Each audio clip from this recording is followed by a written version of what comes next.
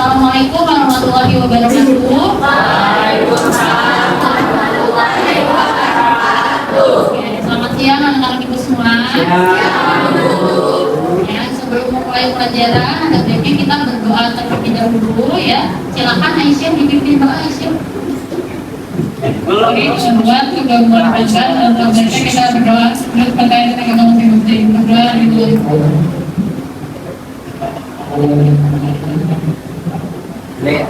Berdoa selesai. Berikan salam.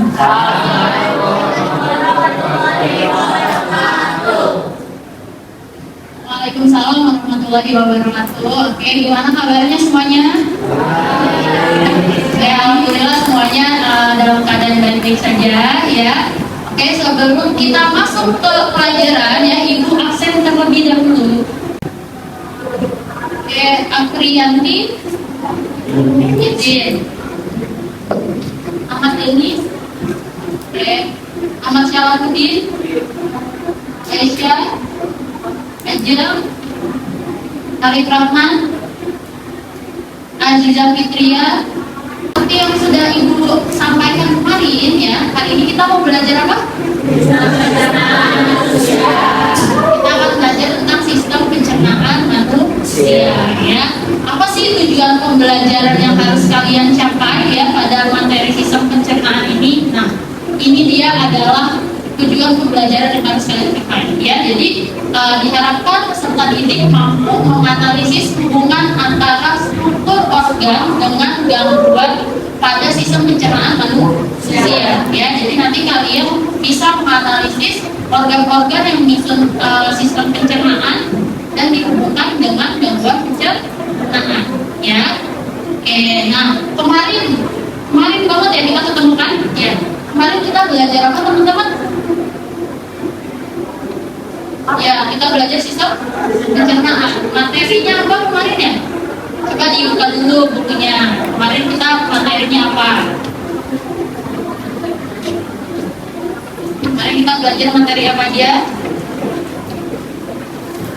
Apa Feni?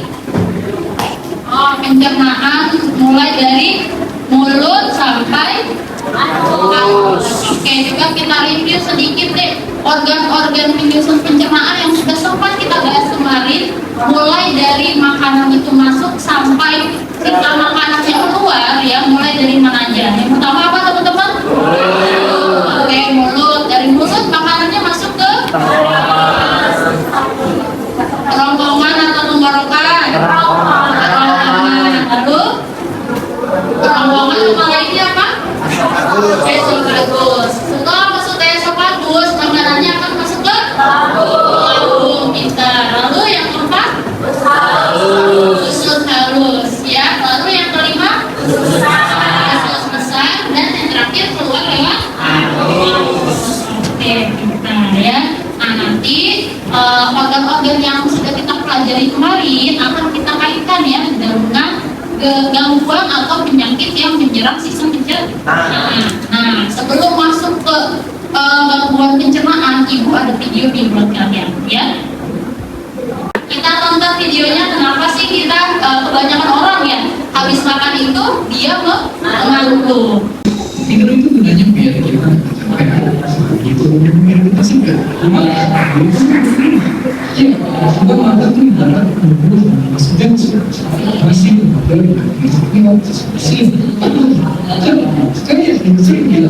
dari video yang sudah kalian nonton tadi tentang apa? Iya. Kenapa sehabis makan timbulan rasa kantuk ya? Coba di sini siapa sih? Coba tunjuk tangan di sini siapa aja yang kalau habis makan kebanyakan ngantuk? Ada juga ya. Oke, yang tadi deh habis istirahat makan terus pas jam ke berapa berarti? 5 mengantuk siapa?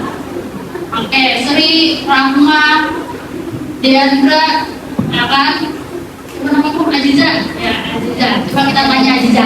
Aziza emang tadi makan apa Aziza sampai Aziza mengantuk? Makan ayam sama nasi. Ya. Benar nggak ayam sama nasi ini memicu rasa kantuk pada Aziza tadi? Ya. Memangnya apa sih yang memicu rasa itu? Karbohidrat yang seperti apa? Nasi ya, karbohidrat yang mudah dipecah ya kan. Gimana sih cara kalian biar tidak mengantuk, apalagi ini setiap hari nih habis istirahat makan jam 5 langsung belajar kan ya. Terus gimana cara kalian biar menghilangkan rasa kantuknya? Ada nggak sih kiat-kiat untuk mencegah rasa kantuk itu setelah makan? Apa? Kami Alif? Gak apa-apa.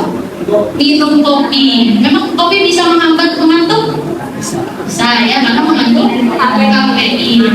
Gimana kira-kira kalau misalnya kalian habis makan terus ngantuk gitu ya, terus kalian turutin nih rasa kantuknya, kalian tidur gitu. Kira-kira itu bisa menimbulkan penyakit tidak?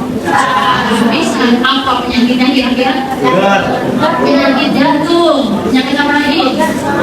Asam lambungnya naik ya. Nah, nanti ada hubungannya nih ya video yang kita tonton ini dengan gangguan pencernaan yang akan kita pelajari hari ini. Oke, teman-teman ya, apa sih manfaat kita mempelajari sistem pencernaan ya? Pada pertemuan pertama di sistem pencernaan kita sudah belajar apa? Zat-zat makanan, betul ya. Kita jadi tahu kan ya, mana makanan yang sehat, mana makanan yang tidak sehat. Berdampak nggak sih makanan yang kita makan terhadap tubuh kita? Gampang, salah satunya tadi jadi gampang ngantuk. Bisa nggak menimbulkan penyakit-penyakit? Bisa. Nah, contohnya seperti gambar ini ya, ada seorang laki-laki makanannya makan apa tuh? Makan junk food, makan apa nih? Donat yang tinggi kalau dimakan terus menerus dia pola makannya seperti ini, dia bisa terkena penyakit? Bisa.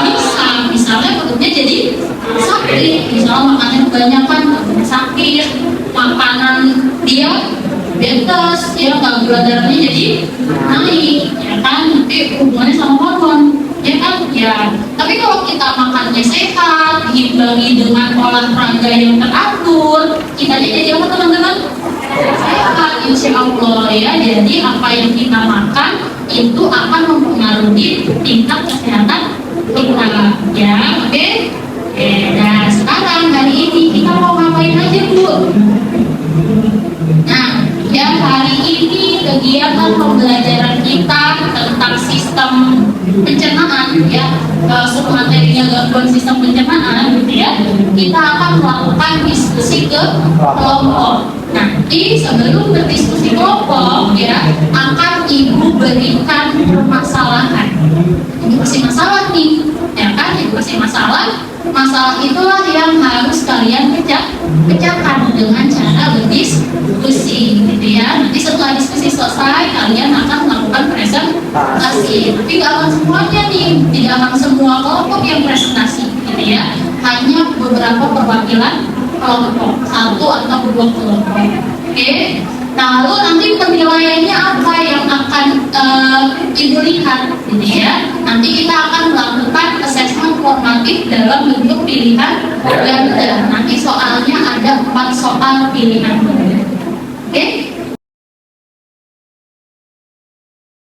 Nah, sudah siap masuk ke permasalahan yang akan Ibu kasih? Ya.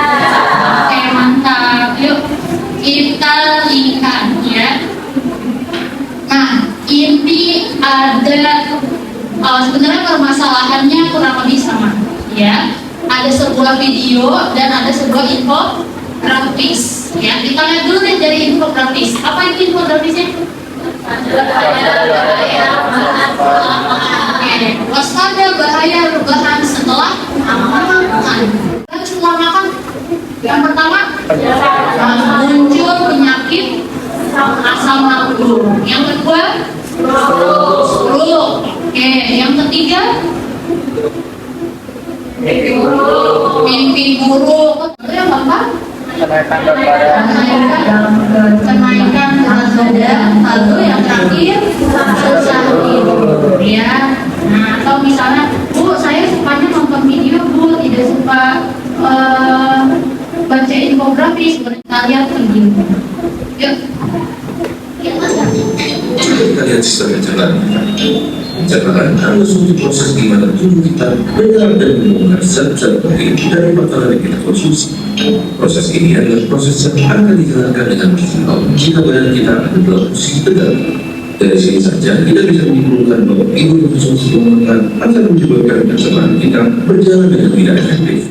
Dari infografis atau video yang ibu berikan, ya kira-kira permasalahan apa sih yang bisa kita ambil, kita rumuskan? Permasalahan apa yang bisa kita rumuskan? Coba tunjuk tangan, ayo biar bisa melihat. Apa permasalahan apa yang bisa kita ambil atau kita rumuskan? Oke, kita ya. Apa kita apa?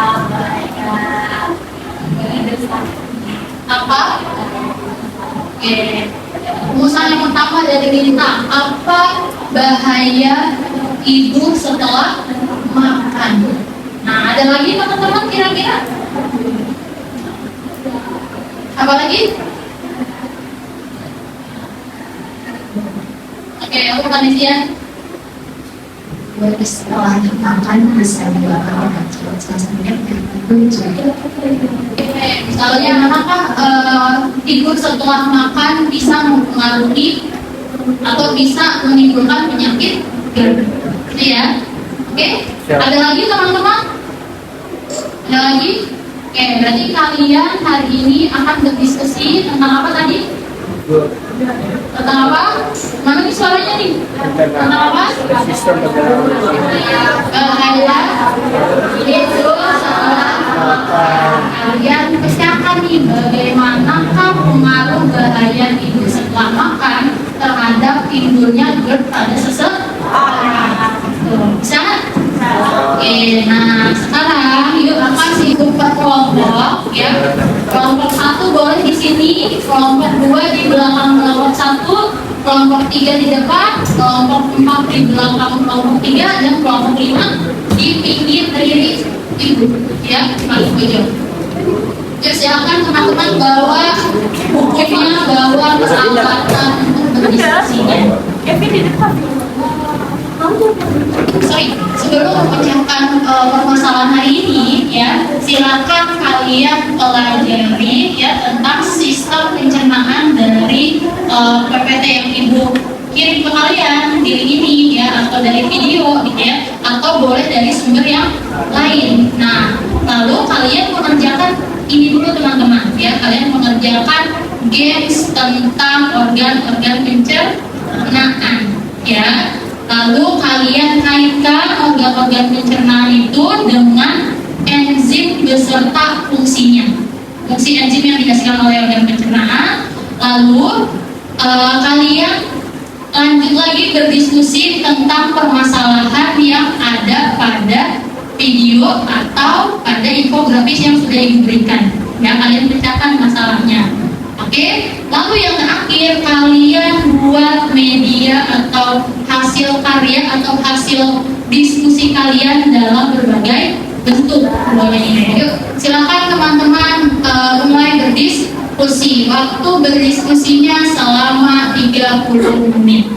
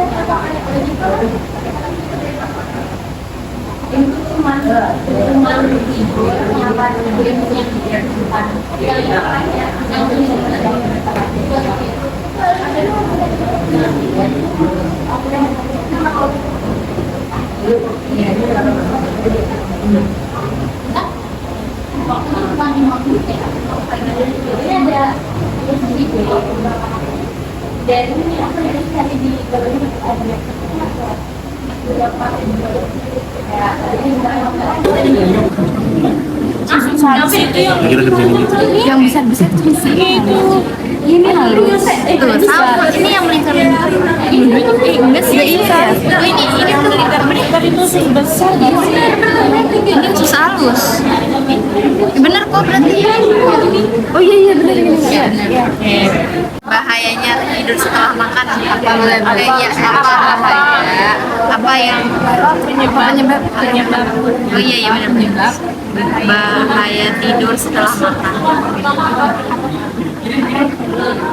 Apa penyebab bahaya? apa penyebab bahaya dari tidur setelah makan.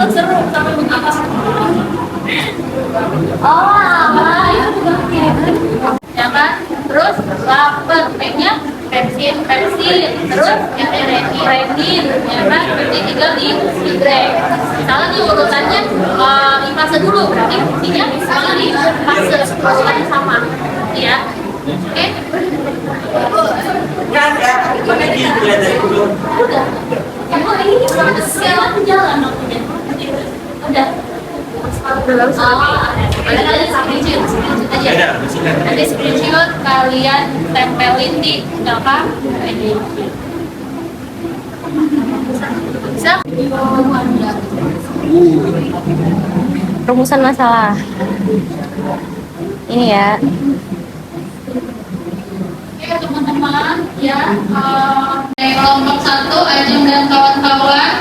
Kira-kira sudah ada gambaran hasil karyanya dalam bentuk apa? Sudah apa? Oke, dalam bentuk podcast. Berarti nanti langsung tampil. Ya, boleh. Podcastnya gitu. Boleh banget. Boleh apa namanya? Silakan boleh. Itu harus ada. Asik boleh. Kalau Sami dan kawan-kawan kelompok 4 bikin apa nak? Bikin PowerPoint. Siap. Kelompok A dan kelompok 5 bikin apa? Bisa lagi. Bikin PPT juga. Oke, baik ya. Yuk, silakan dilanjutkan diskusinya. Waktu diskusinya masih 10 menit ya.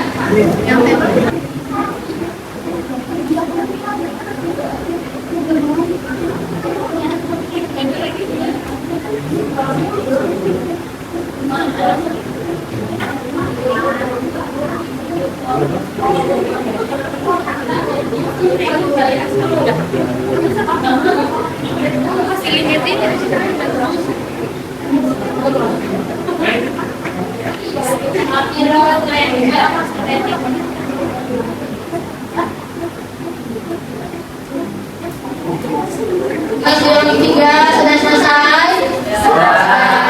Oke, adakah yang ingin maju? Kelompok berapa? Oke, kelompok 1. Tadi hasil karyanya apa teman-teman? Oke. Mau bagaimana? Mau berdiri atau mau duduk? Apa duduk aja di sini? Ya. Oke teman-teman ya, kelompok 1 ingin mempresentasikan hasil diskusinya dalam bentuk podcast. Assalamualaikum warahmatullahi wabarakatuh. Hai teman-teman, selamat datang di podcast Kasar Boleh. Kali ini kita akan membahas nih tentang permasalahan kesehatan yang biasa dialami remaja, yaitu GERD. Nah, pernah nggak sih kalian tuh merasa perut panas, terus dada perih, nah, ada asam lambung juga naik, itu juga bisa jadi tanda-tanda sebagai GERD. Nah, jadi kita di sini bakal cari tahu lebih lanjut tentang penyakit ini bersama narasumber kita, yaitu ada Nesa, Iman, dan Denis. Jadi langsung aja kita mulai pakai sini ya guys. Oke teman-teman, terima kasih ya atas undangannya. Kita senang banget nih bisa bagi-bagi informasi tentang penyakit GERD. Jadi langsung aja nih, sebenarnya GERD itu apa sih? Oke, jadi GERD itu memiliki kepanjangan gastroesophageal reflux disease. Nah, itu bayangin lambung kita ini sebuah kantong yang berisi makanan dan asam lambung. Nah, asam lambung ini berfungsi untuk mencerna makanan. Tapi kadang-kadang ada kalanya asam lambung itu naik ke kerongkongan dan itu menyebabkan mulut tidak nyaman gitu dan ada rasa perih di mulut hati. Wah, banyak juga ya yang bisa jadi penyebab atau pemicu dari penyakit GERD. Kalau kalian sendiri pernah nggak sih mengalami penyakit GERD? Kalau dari aku pernah nih kena penyakit GERD. Kalau boleh tahu, gimana sih gejalanya itu? Kalau misalnya dari pengalaman yang aku alami sendiri, mulut itu rasanya tiba-tiba nggak nyaman, kayak ada rasa asam-asamnya gitu, terus ada rasa sakit di hati aku.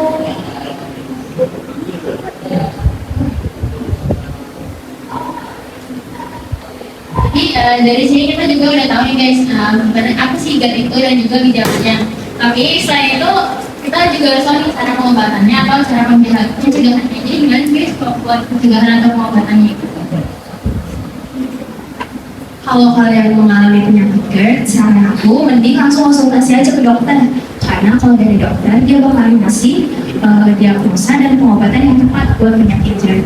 Tapi ada juga loh cara mencegahnya. Gimana sih cara mencegahnya nih? Cara pencegahan itu banyak ya guys, dari yang paling gampang, kita nggak boleh telat makan dan makan tuh harus yang sehat. Nah, kalau kata anak SD itu 4 sehat 5 sempurna. Tapi selain itu juga kita bisa mencegahnya dengan cara mengurangi stres yang berlebihan dan membanyakin healing ya guys. Tapi juga harus seimbang dan juga mengatur jadwal tidur kita. Oh, jadi gitu ya tentang GERD. Nah, semoga kita semua dapat teredukasi dari podcast ASEO ini ya.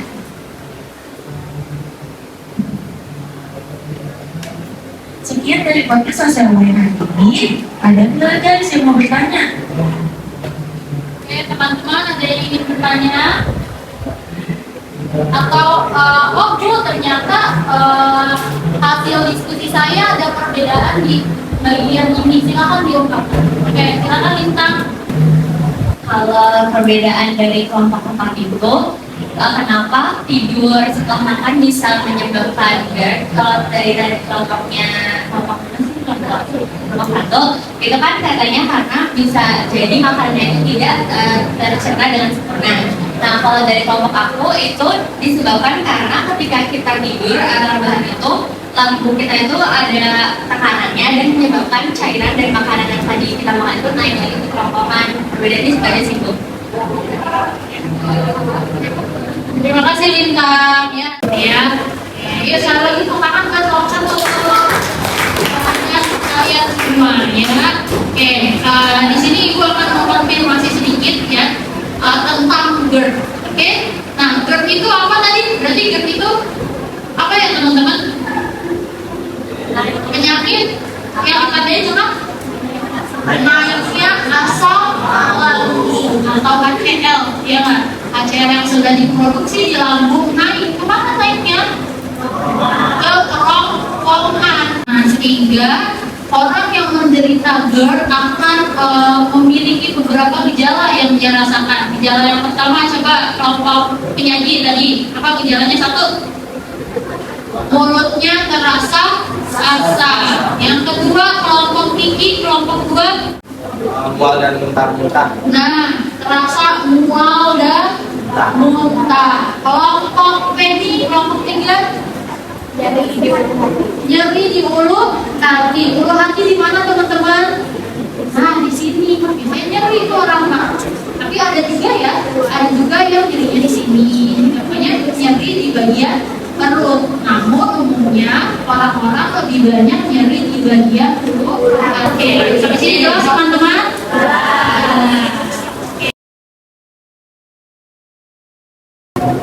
Nah, coba dilihat media ibu. Berarti apa sih kesimpulan pembelajaran hari ini? Kenapa, Tri? Oke, tidak boleh telat makan tuh. Kesimpulannya dia tidak terkena GERD, ya kan? Karena semakin kosong lambung, asam lambung itu semakin naik. Nanti asam lambungnya naik, kalau dinding lambungnya akan terbuka. Ya, apalagi yang kita bisa pelajari tadi? Cara mencegah GERD. Nah, biasanya remaja-remaja banyak kan yang yang terkena GERD, ya kan? Atau terkena gastritis, ya kan? Ya, nah karena kalian sudah belajar, kalian jadi tahu, sehingga kalian bisa mencegah diri kalian untuk mengkonsumsi makanan-makanan yang tadi kita sebutkan secara berlebihan, gitu ya. Tahu kapasitas diri masing-masing. Kalau nggak kuat terus nggak usah dipaksakan. Nanti takutnya asam lambungnya naik, gitu ya. Ya, assessment dulu, ya. Yang tidak bisa scan barcode, buka menti.com dan masukkan kodenya 1769 ya, 1595. Lanjut, pertanyaan terakhir, siap-siap. 5 4 3 2 1, silakan dijawab. Seorang pasien dengan GERD disarankan untuk mengubah pola makannya. Makanan apa yang harus mereka hindari untuk meminimalkan gejala? Apakah makan oatmeal? Apakah makan sup ayam? Apakah makan saus tomat, nasi goreng? Enggak, opsi 5-nya nggak ada. Bagus. Cuma ada 4 jawaban. Ya, dikerjakan sesuai pemahaman kalian.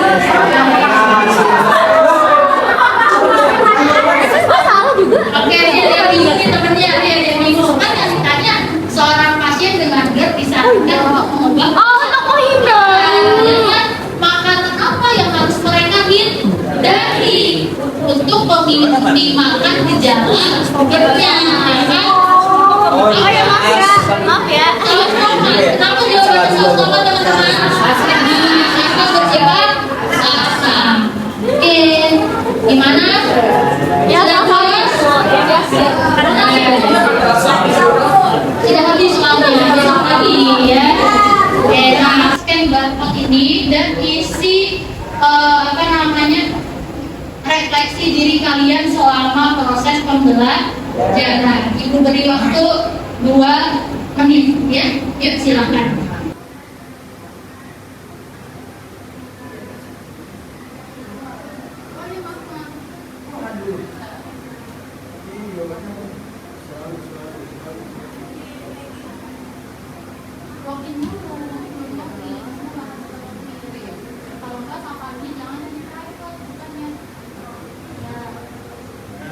Terakhir, bagaimana pembelajaran kita hari ini?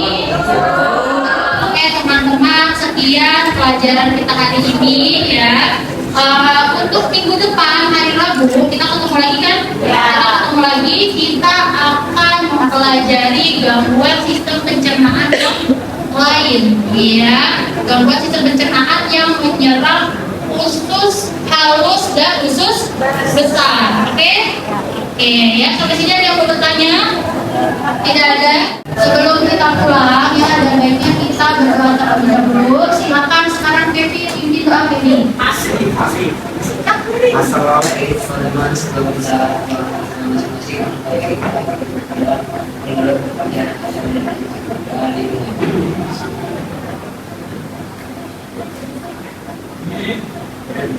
Dan saling berbagi salam.